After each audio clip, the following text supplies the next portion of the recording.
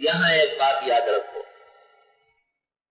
جمال الدین افغانی کا شاگرد مفتی محمد الدہو مصری، کیونکہ جمال الدین افغانی کا خاص الخاص صحبت یافتہ شاگرد تھا، اس پر کچھ آثار تھے، ان آثار کی وجہ سے اس نے اس وقت بینک کو ربا بینک کا ایک کاروبار کا حصہ ہے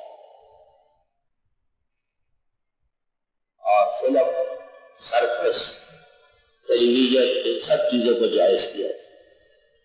یہ وقت کی ضرورت ہے۔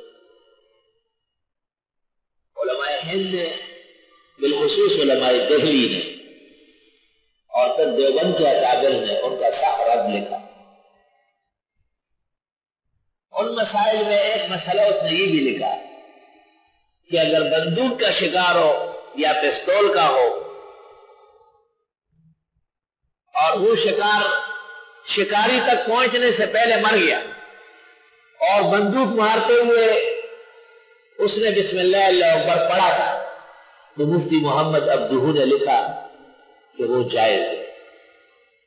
ہمارے بزرگوں نے اس کو ناجائز کہا، اور کیونکہ مفتی محمد الدہو سے ناراضگی تھی بہت زیادہ، تو بہت زیادہ تحقیق نہیں کی گئی اور اس کی جدت پسندی سمجھ کر اس کو ناجائز کر دیا۔ لیکن ایمان اور تدبر کے بعد پتہ چلتا ہے کہ اس مسئلے میں اس غلط کار مفتی کا فتویٰ صحیح تھا، کیونکہ بلوچستان کے پہاڑ میں، قلات میں، پہاڑ کی چوٹی پر ایک بکرا ہے، آپ اس کو یہاں سے نشانہ کرتے ہیں، وہ گرتا ہے، لیکن گرنے میں اور اس آپ کے وہاں پہنچنے میں 3 گھنٹے لگ رہے ہیں۔ 3 گھنٹے تک وہ آپ کے انتظار میں رہے گا کہ میں نہیں مرتا ہوں، وہ پہنچ جائے؟ یہ کوئی بات ہے؟ آپ پہنچے، وہ دم توڑ چکا ہے۔ ہمارے بزرگوں نے لکھا ہے کہ یہ حرام ہے۔ اس عاجز اور فقیر نے اس تحقیق اور فتوے سے معذرت کی، اور میں اس کو حلال اور طیب سمجھتا ہوں۔ جس طرح کتے کے منہ میں مرا ہوا، کتے کو چھوڑنے سے پہلے جب بسم اللہ اللہ اکبر پڑا اور خود اس نے بھیج دیا، باوجود اس کے کہ حلال ہونے سے پہلے وہ دم دے گیا، اس طرح پستول، کلاشنکوف، کالا کوف، کہکشاں اور بندوق سے کیا ہوا شکار کبھی بھی ممکن نہیں کہ مالک تک زندہ رہے، الا یہ کہ خالی ٹانگے یا دم لگی ہو۔ عموماً مالک کے وہاں تک پہنچنے تک وہ مر چکا ہوتا ہے، شکار کی حکمت ہی ختم ہو جائے گی۔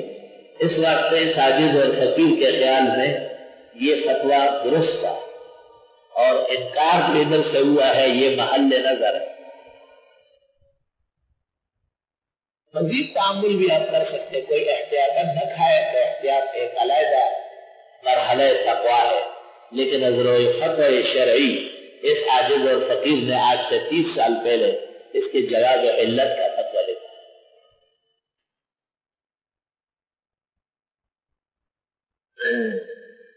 الیوم احل لکم الطیبات، آج حلال کر دی گئی تمہارے لیے حلال چیزیں، صاف ستھری چیزیں، جتنی حلال ہے یہ صاف ستھری ہے، کبوتر، پاختہ، چڑیے، اور جتنے مردار ہے، ممولا، کوا اور چیل، یہ سارے گندے، انہیں آپ قریب سے دیکھیں گے تو یہ بہت گندے، یاد رکھیں۔ وَطَعَامُ الَّذِينَ أُوتُوا الْكِتَابَ حِلٌّ لَكُمْ، اور کھانا ان لوگوں کا جن کو کتاب دی گئی حلال ہے تمہارے لیے۔ علماء کہتے ہیں طعام سے مراد سبھی ہے۔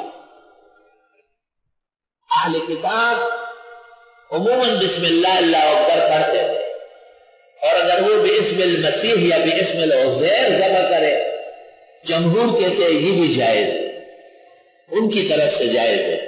اس عاجز اور فقیر کو ابن عمر کے فتوے پر اعتماد ہے اور معذرت خواہ ہے۔